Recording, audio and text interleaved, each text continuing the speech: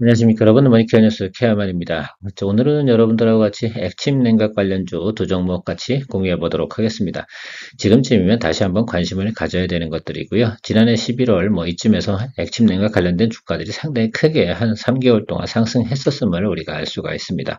자, 그런데 당시에는 이슈였잖아요. 그것이 어떤 뉴스라는 것들이죠. 저는 뉴스로다가 움직였던 것 같은 경우는 원점 타격이 기본적인 원칙이다라고 말씀을 드렸고, 실제로 당시에도 리포트 나오거나 현실화되는 과정, 그러니까 결과적으로는 액침냉과 관련된 게 제품화돼서 공급이 이루어지는 그 시점이 언제냐라고 생각을 해보면 올해 말부터 내년도 이런 과정이 넘어가면서 좀 더 스케일이 좀 큰 쪽으로 점차적으로 진화되어져 가는 이런 부분들을 우리가 생각해 볼 수가 있겠습니다. KN솔이나 GST 같은 경우는 지금 이제서 그런 관련된 제품들을 생산해내고 좀 더 업그레이드되는 과정을 진행하고 있다는 소식이 들어왔습니다.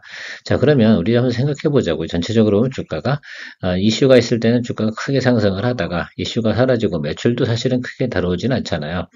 자, 그런 면에서 생각해 보면 그런 것들이 실질적인 매출이 가시화되는 시점에서 다시 한번 주가가 상승할 수 있음을 우리가 체크해 볼 수가 있겠습니다. 그래서 액진행각 특히 AI 관련된 부분에서 전기를 어쨌든 많이 먹습니다. 그런 부분에서 우리 생각해 보면 당연히 이쪽 분야가 다시 한번 관심을 받을 수밖에 없는 것이면 틀림이 없다라고 좀 생각을 하고 있습니다.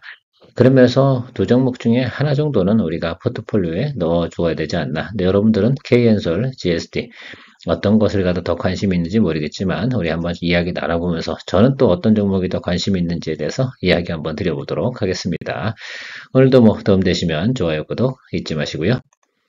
자, 먼저 K엔솔부터 체크해 보도록 하겠습니다. K엔솔 같은 경우는 우리가 드라이름 클리너, 반도체, 디스플레이 이런 곳에서 기존의 매출을 일으키고 있는 회사입니다. 거기에 액침 냉각 그런 부분까지 사업을 다각화시키면서 매출을 갖다가 좀 더 확대해 나가는 그런 회사라고 생각하시면 될 것 같고요. 사업 영역 보면 특히 이제 제가 여러분들한테 보여드리고 싶은 건 왼쪽에 나와 있는 그림입니다. 여러분들이 기존의 사업 영역을 모르시는 게 아니고 지금 실제적으로 저렇게 액틴냉각 쿨런트 이런 것들이 만들어지고 있고 저런 것들을 갖다 어떻게 됩니까? 이제 공급을 하기 시작을 하는 쪽이 다가왔다라는 것들입니다. 저 부분에 대해서 앞으로 상당히 큰 매출들이 나타나기 시작을 할 때 동사의 주가도 다시 한번 또 상승할 수 있음을 알 수 있습니다. 기존에 있는 매출이나 영업, 그러니까 기존의 클리눔이나 드라이룸 이런 쪽 같은 경우는 매출이 꾸준하게 유지되고 있음을 우리는 알고 있습니다. 자, 그러니까 그런 부분들은 크게 걱정할 건 아니고, 근데 다만 이제 가이던스가 나오지 않아요. 왜? 특히 이제 이쪽 액침 냉각 관련된 부분에서는 수주를 어떻게 땄는지, 어떤 부분이 나왔는지는 아직은 우리가 충분히 인지할 수가 없어서 포워드 가이던스는 나와 있지 않다 이렇게 보시면 될 것 같습니다. 다만 이쪽 관련된 부분이 앞으로 성장할 것이면 틀림이 없구나라는 부분들만큼은 알 수가 있겠고요. 그러니까 어쨌든 저는 이렇게 생각을 해요. 제가 작년도 액침냉과 관련된 리포트를 쭉 봤을 때 제품에 대한 어떻게 되는 그림이나 또 어떤 상세적인 내용 이런 것들이 나와 있지 않았습니다. 자, 그래서 설명을 드리기도 뭐했고 저 같은 경우는 뉴스로 나온 것들에 대해서는 꼭 체크해 뒀다가 뉴스가 마무리가 되고 실질적인 사업이 나타날 때 여러분들과 같이 접근하는 그런 이야기들을 많이 드리고 있죠. 제가 보는 포인트는 동사 같은 경우 수주잔고가 계속 늘어나고 있습니다. 이 부분이 중요하고요. 자, 2023년도에 7,300억 정도 했는데요. 이 쿼터 말까지 수주잔고가 6천억 가까이 됩니다. 자, 그렇다고 그러면 지난해 대비해서 상당히 크게 늘어났고요. 전체적인 가이던스나 내용들은 작년도 대비해서 40% 이상 영업이익이 증가할 것이다. 이런 내용들이 동사는 나와 있습니다. 그 점만 좀 체크해 두시고 가면 될 것 같아요. 그러니까 동사가 추가적으로 주가가 실적 때문에 하락할 만한 사유는 없을 거다 이렇게 보시면 좋을 것 같고 거기에 액침 냉각 이슈가 달아붙는다라고 한다 그러면 주가는 상승. 그 주가라는 건 또 한 번 또 실질적인 내용과 이슈가 존재해야지 상승할 수 있음을 우리는 알고 있지 않겠습니까? 그러니까 그 점을 좀 체크할 때가 됐고요. 차트 보면서 좀 이야기 한번 드려보도록 하겠습니다. 결과적으로 우리가 액침냉과 관련돼서 우리가 이슈가 생겨서 주가가 상승했던 구간이 바로 이 구간이었다라고 보시면 좋을 것 같아요. 그전엔 주가가 엄청나게 사실 클림이나 드라이룸 이런 것들은 제가 말씀드렸지만 크게 이슈나 각광을 받기는 상당히 어렵습니다. 자, 그런데 이제는 액침냉각 부분에서 제품이 현실화된 부분이 있으니까 그 점을 좀 생각해 보시면 동사의 주가가 글쎄요, 여기를 우리가 8월 5일 기점이죠. 여기를 기준으로 해서 쉽게 문제가 되는 구간도 아니다라고 생각할 수가 있습니다. 최근에 주가가 또 다행히 또 차익물 나와서 조정을 충분히 받았고 상승한 거에 50% 이상 조정을 받았습니다. 자, 그러면 그 50% 하락한 이 아랫단 구간에서는 뭐 하면 좋을 것 같다라고 생각해 보면 크게 보면 매수 구간이다라고 생각할 수가 있겠습니다. 기술적으로는 여기 보면 이 구간이 바로 그 매수하는 구간으로 해석을 할 수가 있습니다. 좀 더 상세하게 좀 설명을 해드리면 이런 것들입니다. 항상 우리가 실적이나 내용들이 턴어라운드 나오는 과정에서 조금 체크해 볼 수 있는 것들은 우상방, 그러니까 하방으로 내려오는 과정에서 한번 골든 크로스가 이렇게 나오지 않겠습니까? 그래서 이 골든 크로스가 나온 시그널, 이 시그널들을 좀 읽어주는 게 상당히 중요하다. 1번 나오고 나면 다음번에 눌린다. 이물 제가 이야기 드렸고, 저는 항상 기본적인 정석 플레이가 상당히 중요하다라고 생각할 수가 있습니다. 감정 플레이보다는 정석적으로 우리가 보고 가는 것들이 중요하죠. 자, 그러면 우리가 항상 급등한 것 부분에 대해서만큼은 항상 50%는 토해내는 과정들이 분명히 존재하는 것이 기본적인 룰이었습니다. 자, 22 이동평균선, 60 이동평균 다 하방으로 내려왔죠. 자, 그렇다고 그러면 충분히 우리가 매수할 수 있는 구간에 진입을 했음을 알 수가 있습니다. 그래서 지금 현재 뭐 16,000원 언더에 있지 않습니까? 그래서 그렇다 그러면 이 하단 쪽에서는 여러분들이 분할 매수를 진행해 주시면 상당히 괜찮은 구간으로 일단 판단이 되고 있습니다. 뭐 주가 상승 탄력으로 보면 제가 보면 액침 냉각 구간이 이슈가 돌았을 때 주가의 상승폭은 우리가 생각해 보자고요. 대략 13,000원 구간에서 24,000원 이 정도까지 상승을 했음을 알 수가 있습니다. 주가는 약 100% 정도 상승했었는데 이런 게 다시 한번 또 나올 과정이 우리가 2024년도에서 2025년 넘어가는 과정 속에서 분명히 글쎄요. 제가 생각할 때 이렇게 생각해요. 제품을 현실화돼서 그 하나만 가지고도 앞으로 기대감을 충분히 만들어낼 수 있는 뉴스나 또 증권가에서 그런 바람몰이를 할 수 있지 않을까 이렇게 보고 있습니다. 제가 생각할 때는 이렇게 생각해요. GST가 훨씬 더 핵심 냉각 부분에서는 더 많은 관심을 보이고 있다라고 볼 수가 있겠습니다. 과거에는 뭐 스크러버, 칠러 뭐 이런 것들에 대해서 삼성전자에 납품하는 뭐 이런 회사로 여러분들이 해석을 하시면 좋겠는데 최근에 보면 매출도 다각화 시켜가지고 과거에 이제 80% 정도가 매출이 한쪽 회사에 치중되어져 있었는데 지금은 50% 정도로 비중을 낮추면서 영업이익률이나 이런 것들이 100% 이상 지난해 대비해서 성장을 했음을 알 수가 있습니다. 뭐 이런 내용들이 핵심 골자라고 보시면 좋을 것 같고요. 어쨌든 지금 전체적으로 레퍼런스 잘 싸고 있고 내용들이 뭐 이렇게 있어요. 어쨌든 그래서 여기 보면 왜 냉각 그 연구실에서 이런 관련된 제품들을 지금 생산하고 있다라고 생각하시면 좋을 것 같습니다.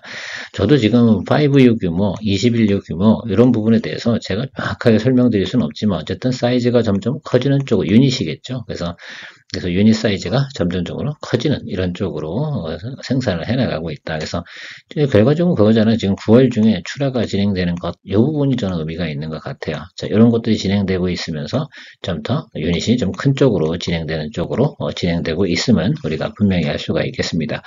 그래서 이 종목들 중에서 특히 이제 액침 냉각 관련돼서 저는 GST가 탑 1이지 않나, 탑픽이지 않나 이렇게 저는 개인적으로 생각을 하고 있습니다. 또 많은 사람들이 전반기에 상당히 크게 관심을 또 가졌던 종목 중에 하나가 GST고요.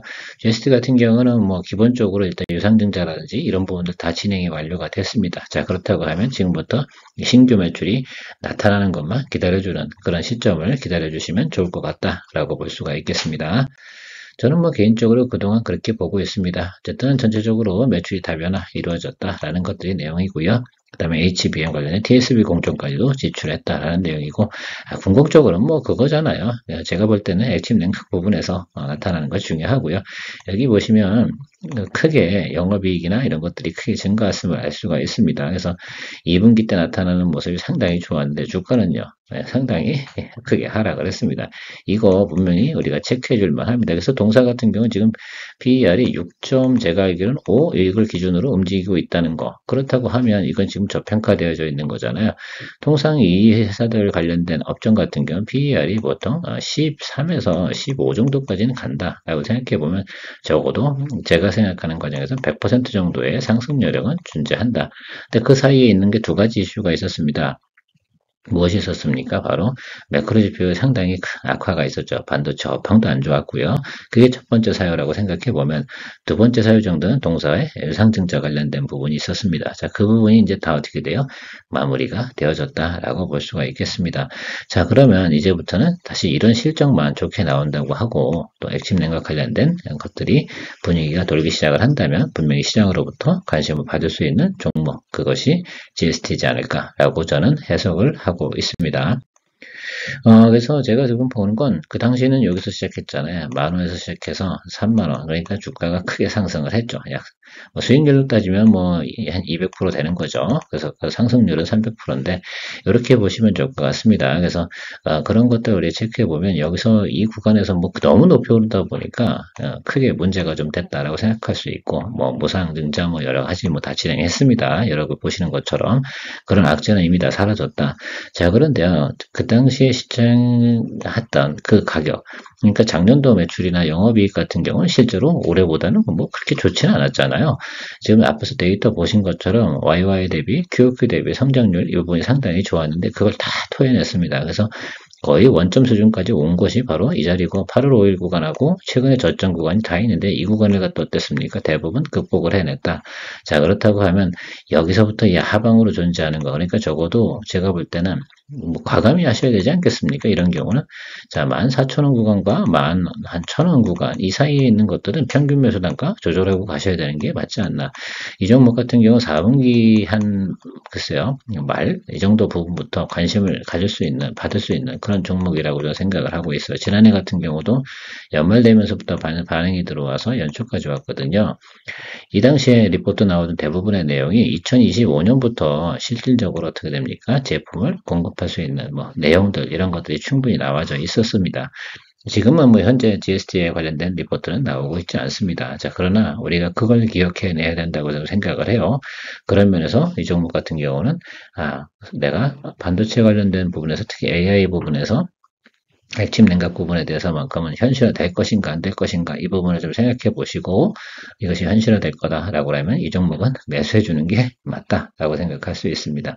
기본적으로 실적 패턴으로 본다 하더라도 YY 대비해서 지금 100% 이상 성장한 종목이 지금 222이동 평균 즉 사실은 242이동 평균선보다도 하방으로 내려와 있단 말입니다. 그렇다고 하면 이 종목은 바이 해주는 게 그냥 투자하는 사람 입장에서는 특히 이제 기술적으로 평가를 내린 과정에서는 매수로 해주는 것이 가장 좋은 판단이지 않나 이렇게 보고 있습니다.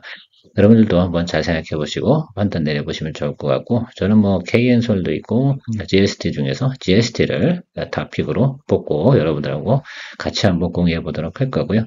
KN솔은 뭐 중간중간에 트레이딩 포인트로 한번 들어가 보는 쪽으로 염두해 보도록 하겠습니다.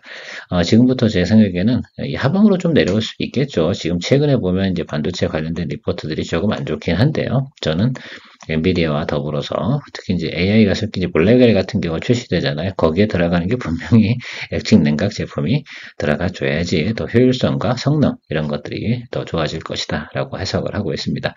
대부분의 또 하나 이런 게 있어요. 지금 마하온 가속기 생산 삼성에서 뭐 한다고 했었잖아요. 그거 어떻게 됐어요? 취소됐습니다. 그래서 그렇게 생각해 보면 이 엔비디아 관련된 주가가 상승을 할 때 동사 같은 주가도 같이 탄력성 있게 올라갈 거라고 생각을 하고요. 기존에 있는 스크러브하고 뭐 칠러 장비 같은 경우는 기본적인 매출은 해마다 가져왔으니까 너무 고민할 필요는 없다라고 생각해 보도록 하겠습니다. 자, 그래서 여기 급등한 자리는 적어도 뺀다 하더라도 여기 이 자리 정도까지는 특히 2만 원 정도 자리까지는 충분히 볼 수 있는 구간은 형성이 되어져 있다라고 마무리하도록 하겠습니다. 도움되셨다 생각하면 좋아요 꼭 잊지 마시기 바랍니다.